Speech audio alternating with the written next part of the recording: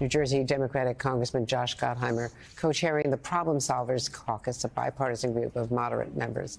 Congressman, it's great to see you again. So what discussions have you had? Well, you've got a co-chairman, Brian Fitzpatrick, about his talks with House Republican leaders. Is there a scenario where there could be some moderate Democrats joining with Republicans to get around this Freedom Caucus boycott and get things going? Well, that's the goal. You know, this week, the Problem Solvers Caucus, 32 Democrats and 32 Republicans, we put out a plan that actually would keep our government open through mid-January next year, gets resources for the Ukraine as President asked for, and resources for disaster relief to help folks. It's got a debt and deficit commission. It's got bipartisan border security, and I believe can actually pass the House and pass the Senate and get to the president's desk.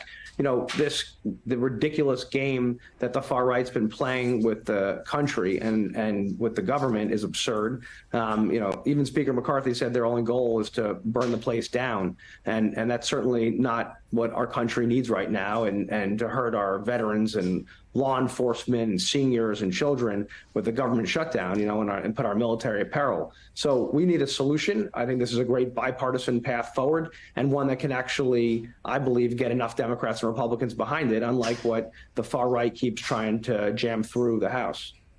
There is a procedure, a discharge petition to get something out of committee into the floor. Would that work if enough moderate Democrats joined Republicans? That's one vehicle, and there's other procedural vehicles. I believe, you know, we can get this to the floor for vote. We're finishing the actual details on the bill now. I think this is something that we've heard a lot of positive feedback from people even outside the Problem Solvers Caucus, lots of them, Democrats and Republicans, who say this is a reasonable path forward. And the bottom line is, Andrea, the government's going to shut down in 8 days if we don't do something reasonable. And this is about common sense and reason versus extremism. The people who want to burn the place down are obviously not actually interested in putting the country first. And I think I'm hoping the Speaker will encourage them to step aside here and actually bring a reasonable bill to the floor. It's what we did in the debt ceiling, right? We had Democrats, Republicans come together. This is another opportunity to do that. And I'm really hoping that that's what we can do in the next days instead of shutting the government down and putting the country and our families at risk. One of the proposals that we were talking about earlier with Colorado Republican Ken Buck is they're stripping out the Ukraine money into a standalone bill during a short-term CR that could pass. Is that feasible, or do you want that Ukraine money in there? At the end, my only concern would, could you actually get that done and get both bills out of the Senate and to the president's desk? I think we need to support Ukraine, and we cannot allow Putin and his dictatorial ways continue. So I think it makes zero sense to walk away from that. So if procedurally we can get that done separately and it can happen and we can get enough votes behind it, I'm for anything that's a solution that actually addresses these issues and keeps the government open without some draconian policies like the far right. We only have a few seconds left, but I want to ask you about Senator Menendez, indicted now, stepping down from his post as he must on chairing the Senate Foreign Relations.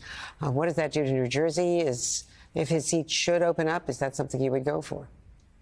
So I literally just came in from a school a minute ago. I was doing visits around the district. I've not seen anything yet. So let me read everything and I'll call you and answer that. But right now I'm focused on one thing, and that's actually stopping this shutdown and making sure we take care of folks. And that's where my focus is going to be in the days ahead, stopping this shutdown and taking care of our children, our families, our veterans, and our military. Understood. Well, we call, write, come on the show. We'll see you next week, I hope. I'll call and write. Thank you very much.